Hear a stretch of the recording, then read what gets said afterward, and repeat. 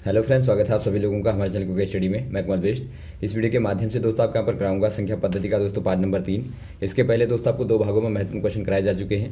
यहाँ पर आप भाग नंबर 3 में देखेंगे दोस्तों नंबर सिस्टम की जो आपकी अपरिमेय संख्या होती है, वास्तविक संख्या होती है, और किस प्रकार से दोस्तों आप अपरिमेय संख्याओं को संख्या रेखा पर निरूपित करते हैं।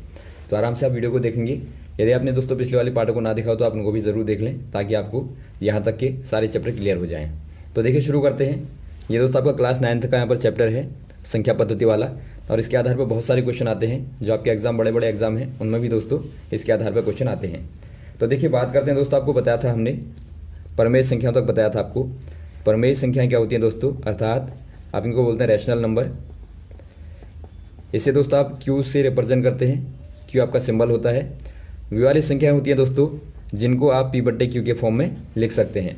माना आपके पास में R कोई परमेय संख्या है तो आप R बराबर P/Q के फॉर्म में लिख सकते हैं। फॉर एग्जांपल यदि आपको 2 को लिखना है तो आप 2 को 2/1 के फॉर्म में लिख सकते हैं, या फिर आप 0.5 को लिखना चाहें तो आप इसको 1/2 के फॉर्म में लिख सकते हैं। तो ये सारी क्या हैं, ये दोस्तों आपकी परमेय संख्याएँ कहलाती हैं, जहाँ पर आपका Q बराबर ≠0 होना चाहिए। और PQ क्या है दोस्तों, ये आपके पास में पूर्णांक होते हैं। पूर्णांक कहने का मतलब है ये आपके पास में Z वाली संख्या होंगी। Z में क्या आता है दोस्तों, Z में आपकी 0 आता है, 1 2 3, और यहाँ पर आपके -1 -2, ये सारे के सारे क्या हैं, ये आपके पूर्णांक कहलाते हैं। तो अब बात करते हैं अपरिमेय संख्याएं क्या होती हैं। अपरिमेय संख्याएं बार बार क्वेश्चन आता है दोस्तों इसके आधार पे।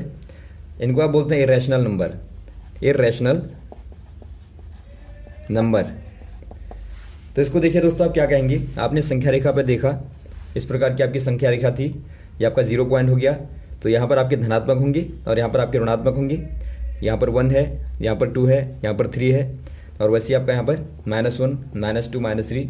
और यदि आप दोस्तों इनके बीचों में देखेंगे तो यहाँ पर आपको 1/2, या फिर यहाँ पर आप 1/3 या 1/4, तो बहुत सारे आपकी P/Q के फॉर्म में नंबर होंगे। अर्थात यदि आप हर बिंदु पर देखें दोस्तों आपको वहाँ पर कोई ना कोई बिंदु अवश्य मिलेगा। तब यहाँ पर देखिए दोस्तों यदि आप सारे नंबरों को जो आपके यहाँ पर P/Q वाले हैं, अर्थात एक प्रकार से जो परमेय संख्या हैं दोस्तों, उनको आप थैले में डाल दें। थैले में डालने का मतलब है आपने सारी की सारी संख्याओं को, परमेय संख्याओं को दोस्तों यहाँ पर रख दिया, एक प्रकार का आपने सेट बना दिया। अर्थात सेट कहने का मतलब आपने एक प्रकार से दोस्तों समूह बना दिया जो कि आपका परमेय संख्याओं का है। उसके बाद यहाँ पर आप लाइन पर देखेंगे दोस्तों, उसके बाद भी आपके पास में बहुत सारे नंबर होंगे जिनको आप दोस्तों छोड़ गए हैं। अर्थात आपके पास में फिर यहाँ पर जो आपकी संख्या बचेंगी उनको कहते हैं आप, जो कि आपकी परमेय संख्या नहीं होंगी, उनको कहते हैं आप दोस्तों अपरमेय संख्याएं। अर्थात ऐसे वाले नंबर होंगे दोस्तों जिनको आप P/Q के फॉर्म में नहीं लिख पाते हैं। तो यहाँ पर आप क्या कह देंगे, जो अपरमेय संख्याएं होती हैं दोस्तों वो ऐसी संख्याएं होती हैं, ऐसे नंबर होंगे जिनको आप P/Q के फॉर्म में नहीं लिख पाते। अर्थात आप कहेंगे दोस्तों यदि आपके पास में कोई अपरमेय संख्या A है तो इसको दोस्तों आप P/Q के फॉर्म में नहीं लिख पाएंगे। तो ये दोस्तों आप यहाँ पर होता है डेफिनेशन, एक प्रकार से आप सिंपल डेफिनेशन कहें दोस्तों तो अपरमेय संख्याओं की ये आपकी परिभाषा होती है। तो अब बात करते हैं दोस्तों इनके आपके एग्जाम्पल कौन से वाले हैं। यदि आप बात करें कोई ऐसा नंबर है, मान लीजिए आपका 0.1001001001000, तो ये बार बार आपका लगातार चलता रहेगा और आपको यहाँ पर कोई भी बिंदु नहीं मिलता दोस्तों, तो ऐसे नंबरों को क्या कहते हैं आप, ये आपके दोस्तों अपरिमेय संख्याएं कहलाती हैं, क्योंकि आप इसको P/Q के फॉर्म में ला ही नहीं पाते। और वैसे आप देखते हैं √2 है या √3 है, या फिर आप कहें √5 है या √7 है, तो ये भी सारी दोस्तों क्या हैं, ये आपकी अपरिमेय संख्याएं हैं, क्योंकि इनके पास में दोस्तों एग्जैक्ट वैल्यू नहीं होती। अर्थात एक प्रकार से कोई मानक मान यहाँ पर नहीं होता। आप देखेंगे दशमलव के बाद में दोस्तों इनका प्रसार लगातार चलता रहता है, तो इसीलिए आप इनको बोल देते हैं अपरिमेय संख्याएं। यदि आपका जिनका प्रसार दोस्तों आपका रुक जाएगा उसे आप कहेंगे परमेय संख्या, क्योंकि उसको आप P/Q के फॉर्म में लिख पाएंगे। और वैसे ही दोस्तों आपका पाई भी बार बार पूछा जाता है, बड़े एग्जाम में भी पूछा जाता है दोस्तों कि बताइए पाई क्या है। तो पाई दोस्तों क्या होता है, एक प्रकार की अपरिमेय संख्या होती है, अपरिमेय संख्या होती है। तो इसको भी दोस्तों आप याद रखेंगे। तो यहाँ पर आपने देखा दोस्तों जो संख्याएं आपकी परमेय संख्या नहीं थी वो आपकी अपरिमेय संख्याएं थी। तो सिंपल आप कह सकते हैं जो आपकी परमेय नहीं है दोस्तों वो क्या है, आपकी अपरिमेय संख्याएं हैं, इरेशनल नंबर हैं। अब बात करते हैं दोस्तों वास्तविक संख्याओं की, अर्थात रियल नंबर। ये दोस्तों आपका बहुत ही महत्वपूर्ण सेट होता है, इसके बारे में आपको बड़ी क्लासों में भी आपको पढ़ने को मिलेगा।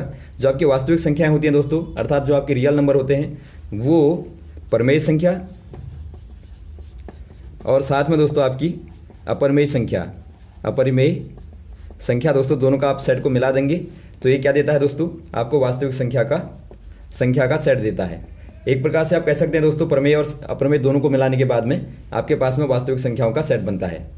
तो इनको दोस्तों आप आर से रिप्रेजेंट करते हैं, जो आपके रियल नंबर होते हैं इसको आप आर से रिप्रेजेंट करते हैं। तो आप नंबर लाइन पे देखेंगे दोस्तों, जितने भी आपके पॉइंट हैं, ये आपका 0 हो गया, 1 2 3 और यहाँ पर -1 -2, और इनके बीच में आने वाले जो भी आपके नंबर होंगे वो भले ही दोस्तों आपका P/Q वाला हो या फिर आपका P/Q वाला नहीं हो, अर्थात अप्रमेय हो या प्रमेय हो, सारी की सारी संख्या दोस्तों क्या होंगी, ये आपकी वास्तविक संख्या में आती हैं। तो यहाँ पर आप देखेंगे दोस्तों, वास्तविक संख्या में आपका जो प्राकृतिक संख्याएं पढ़ी थी आपने, प्राकृतिक संख्या अर्थात जो आपका नेचुरल नंबर थे, या फिर आप कहें जो आपके पास में प्रमेय संख्याएं हैं, या फिर आप कहें जो आपके पास में पूर्णांक संख्याएं हैं, या फिर आप कहें जो आपके पास में अपरिमेय संख्याएं हैं, वो सारी दोस्तों रियल नंबर में अर्थात वास्तविक संख्याओं में आएंगी। तो एक प्रकार से आप क्या कहेंगे कि संख्या रेखा पर प्रत्येक बिंदु दोस्तों क्या दिखाता है, एक प्रकार की वास्तविक संख्या को दिखाता है। तो ये क्वेश्चन बहुत ही महत्वपूर्ण आपका बार बार पूछा जाता है। यदि आप संख्या रेखा पर देखें दोस्तों, आपका प्रत्येक बिंदु, कोई भी आप बिंदु लें, वो क्या दिखाएगा, एक वास्तविक संख्या को निरूपित करता है। तो इसको दोस्तों आप डेफिनेशन के तौर पे भी दे सकते हैं। यदि आपको परिभाषा पूछी जाए वास्तविक संख्या क्या होती है, तो आप वहाँ पर कह सकते हैं कि प्रत्येक संख्या रेखा पर जो आपका बिंदु होता है वो एक प्रकार से वास्तविक संख्या को दिखाता है। वो आपकी प्रमेय भी हो सकती है, वो आपकी अपरमेय संख्या भी हो सकती है। तो ये रहा दोस्तों आपका वास्तविक का। अब बात करते हैं दोस्तों किस प्रकार से आप एक अपरमेय संख्या को संख्या रेखा पर निरूपित करते हैं। अब बात करते हैं दोस्तों अपरमेय संख्या का संख्या रेखा में निरूपण कैसे होता है। इसके आधार पर बार बार क्वेश्चन आता है। अपरमेय संख्या के तौर पे दोस्तों आप सर्वप्रथम ले लेंगे √2 को। आप जानते हैं √2 क्या है, एक अपरमेय संख्या है। क्यों है दोस्तों, क्योंकि इसको आप P/Q के फॉर्म में नहीं लिख पाते हैं। तो इसको आपको यदि संख्या रेखा पे लिखना है तो आपका क्वेश्चन आता है कि बताइए √2 को संख्या रेखा पर कैसे लिखेंगे। तो ये आपको यहाँ पर पूछा जाता है। यहाँ पर देखिए दोस्तों, आप पहले नंबर लाइन को लेंगे इस प्रकार से। ये आपका 0 पॉइंट होता है, ये 1 होता है, ये 2 होता है, ये 3 होता है। तो इस प्रकार से आप ले लेंगे पहले, ये -1 हो गया, -2 -3। अब आप क्या करेंगे, पहला जो आपका स्टेप होगा, स्टेप नंबर पहला जो आपका होगा दोस्तों, आप देखेंगे बिंदु की स्थिति को देखेंगे। आप बिंदु की स्थिति कहने का मतलब है दोस्तों कि संख्या रेखा पे ये बिंदु कहाँ पर एग्जिस्ट करेगा, कहाँ पर आएगा। यदि आप √2 के मान को देखें दोस्तों, तो √2 का मान अप्रोक्सीमेटली यहाँ पर आप देखते हैं 1.4 के अप्रोक्स होता है। अर्थात कहने का मतलब है 1 से बड़ा होता है दोस्तों। √2 का जो मान होता है वो आपका 1 से बड़ा होगा और 2 से छोटा होता है। कहने का मतलब है यहाँ और यहाँ इन दो बिंदुओं के दोस्तों बीच में एग्जिस्ट करेगा, तो आप कहेंगे कहीं यहाँ पर आएगा। तो कहाँ पर आएगा, इसको निकालने के लिए आप अगला स्टेप देखेंगे, स्टेप नंबर 2। ये तो आपको मालूम हो गया यहाँ पर आएगा। स्टेप नंबर 2 में क्या करेंगे दोस्तों, आप लेंगे पाइथागोरस प्रमेय से √2 को निकालना। कैसे निकालेंगे दोस्तों, पाइथागोरस प्रमेय आपको मालूम होगा, जो आपने थ्योरम पढ़ी होगी। माना आपके पास में कोई समकोण त्रिभुज है, इस प्रकार का त्रिभुज आपने लिया, आप नाम दे देंगे OBA। तो यहाँ पर पाइथागोरस प्रमेय क्या कहती है दोस्तों, जो कर्ण का वर्ग होता है इसको आप कर्ण कहते हैं, कर्ण कहें या फिर आप विकर्ण कहें, और इसको आप आधार कहते हैं, और इसको दोस्तों आप लंब कहते हैं। यहाँ पर आपका 90 डिग्री का एंगल बनता है।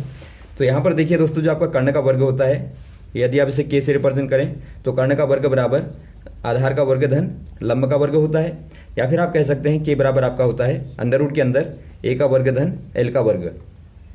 तो ये आपको यहाँ पर निकालना होता है।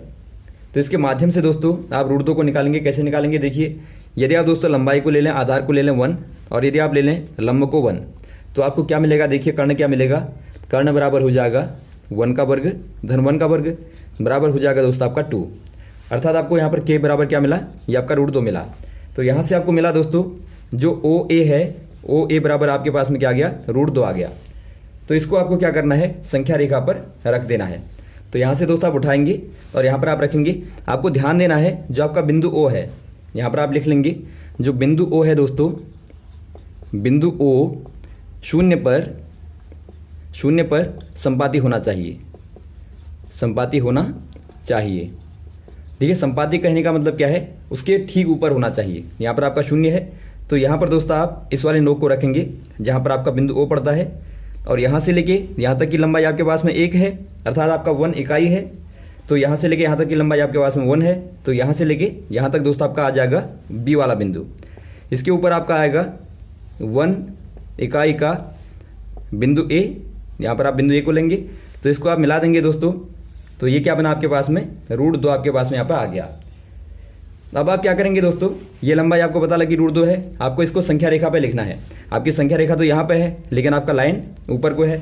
तो आप क्या करेंगे, इस वाले नो को पकड़ के दोस्तों यहाँ मिला देंगे, अर्थात आप बिंदु ए को पकड़ेंगे और यहाँ मिला देंगे। इसके लिए आप क्या करेंगे दोस्तों, मिलाने के लिए क्या करते हैं आप, यहाँ पर आप प्रकार की सहायता लेते हैं दोस्तों। जो आपका प्रकार होता है, प्रकार का एक नोक यहाँ पर रखेंगे, एक नोक यहाँ पर रखेंगे दोस्तों, और यहाँ पर इस प्रकार से, यहाँ पर आप आराम से इस प्रकार से एक चाप को काटेंगे। तो चाप संख्या रेखा पर जहाँ भी काटेगा वही दोस्तों आपका क्या हो जाएगा, √2 हो जाएगा। तो इस प्रकार से आप संख्या रेखा पर √2 का निरूपण करते हैं। अब आपको ध्यान देना है, यदि आपको पूछा जाए यहाँ पर √3 का, ये भी आपका बार बार आता है। तो आप देखिए कुछ नहीं करेंगे, आपका बिल्कुल यही आपका फिगर रहेगा। पहला काम आप वही करेंगे, बिंदु पहला स्टेप जो आपका रहेगा, बिंदु की स्थिति को देखना। यहाँ पर आपके पास में बिंदु क्या है, √3 है दोस्तों, और √3 का मान आपको मालूम होगा 1 से बड़ा होता है और 2 से छोटा होता है। तो आप क्या करेंगे, जो आपका मान होगा वो आपका यहीं पर आएगा, 1 और 2 के बीच में ही आएगा जो आपका बिंदु एग्जिस्ट करेगा। अब आप क्या करेंगे दोस्तों, पाइथागोरस प्रमेय के माध्यम से, यहाँ पर आपने √3 को निकाला था, √2 को निकाला था, यहाँ पर आप निकालेंगे √3 को। √3 को निकालने पर तो कर्ण का स्क्वायर बराबर आधार का स्क्वायर धन लंब का स्क्वायर का इस्तेमाल करना है। तो यहाँ पर क्या हो जाएगा दोस्तों आपका, इसमें आपको ध्यान देना पड़ेगा, बिंदु ओ, ये आपका बी और ए। तो यहाँ पर आपको क्या लाना पड़ेगा दोस्तों, ताकि आपके पास में कर्ण बराबर क्या आ जाए, कर्ण बराबर दोस्तों आपके पास में यहाँ पर देखिए आपका आधार का वर्ग धन लंब का वर्ग करना है, ताकि आपको अंदर क्या मिलेगा, 3 मिले। तो इसके लिए दोस्तों आपको क्या करना पड़ेगा, अंदर आपको लाना पड़ेगा 2 धन 1। तो यहाँ पर देखिए आपका 2 कहाँ पर आएगा, आधार का वर्ग बराबर 2 आना चाहिए और लंब का वर्ग बराबर 1 आना चाहिए। कहने का मतलब है दोस्तों, जो आपका आधार होगा, आधार आपका होगा a बराबर √2 और लंब होगा दोस्तों आपका √1, अर्थात √1 मतलब आपका 1 ही होता है। तो ये आपके पास में आ गया दोस्तों, आधार आपका √2 आ गया और लंबा आपके पास में 1 आ गया। तो इनको आप रखेंगे तो यहाँ पर क्या मिलेगा दोस्तों आपको, यहाँ पर आपको √3 मिल जाएगा, क्योंकि आप जानते हैं √2 का वर्ग क्या होता है, 2 होता है और 1 का वर्ग आपका 1 होता है। तो दोनों को जोड़ेंगे तो आपको √3 मिलेगा। तो इस प्रकार से दोस्तों आपका यहाँ पर आ जाएगा √3। अब आप क्या करेंगे, वही काम करना है दोस्तों आपको। अब दोस्तों यहाँ पर देखिए आपको क्या करना है, इस त्रिभुज को उठा के यहाँ पर रखना है। तब आप कैसे रखेंगे, देखिए ध्यान देंगे आप, जो आपका √2 है वो दोस्तों आपका आधार होना चाहिए। तो यहाँ पर देखिए आपका पहले से आपने बनाया था, यहाँ पे दोबारा से आप थोड़ा सा ड्रॉ कर लेंगे। ये 0 है, ये 1 है, ये 2 है। तो आपने बनाया था पहले से इस प्रकार से, आपका √2 था, ये आपका √2 है। तो √2 को दोस्तों आपको आधार लेके इसके ठीक परपेंडिकुलर आपको 1 इकाई का यहाँ पर लंबाई लेनी है। ध्यान देंगे आप, क्योंकि यहाँ पर लंबवत होना चाहिए। लंबवत कहने का मतलब है यहाँ से दोस्तों आप निकालेंगे 90 डिग्री का कोण जो होगा, वहाँ पर दोस्तों आपका 1 इकाई का आपको ऊपर को लंबाई को लेना है। उसके बाद आप क्या करेंगे, बिंदु, ये आपका बिंदु बी आ गया, ओ बी, और यहाँ पर आपका ए आ गया, और ए को दोस्तों आप ओ के साथ में मिला देंगे। तो इस प्रकार से आपका क्या बना दोस्तों, ये आपका √3 देगा। अब आप क्या करेंगे, वही करेंगे आप। यहाँ पर आपने प्रकार की नोक को रखा और यहाँ पर रखा, तो यहाँ से दोस्तों आप चाप को काट देंगे। तो ये आपको यहाँ पर लगभग इस बिंदु पर दोस्तों √3 का मान दे देगा। तो इसे आप कहेंगे √3 संख्या रेखा पे √3 का दोस्तों निरूपण। तो इस प्रकार से आप दिखाते हैं। यदि आपको √5 पूछा जाए या आपको √7 पूछा जाए तो आपकी मेथड दोस्तों बिल्कुल यही रहेगी, वहाँ पर आप यही स्टेप करके आराम से निकाल लेंगे। तो यहाँ पर दोस्तों आपको समझ में आ गया होगा कि आप अपनमेय संख्याओं को किस प्रकार से संख्या रेखा पर निरूपित करते हैं। तो यहाँ तक दोस्तों आप क्लियर कीजिए, उसके बाद में आपको जो आपका नेक्स्ट वाला पार्ट होगा वहाँ पर कराएंगे। 1.2 के सारे क्वेश्चन को बताएंगे और जो भी बचे क्वेश्चन है दोस्तों आपको लगातार पार्ट में बताते रहेंगे। ओके, थैंक्स फॉर वॉचिंग दोस्तों, लगातार हमारे साथ बने रहेगा। तो ओके, थैंक्स, जय हिंद, जय भारत।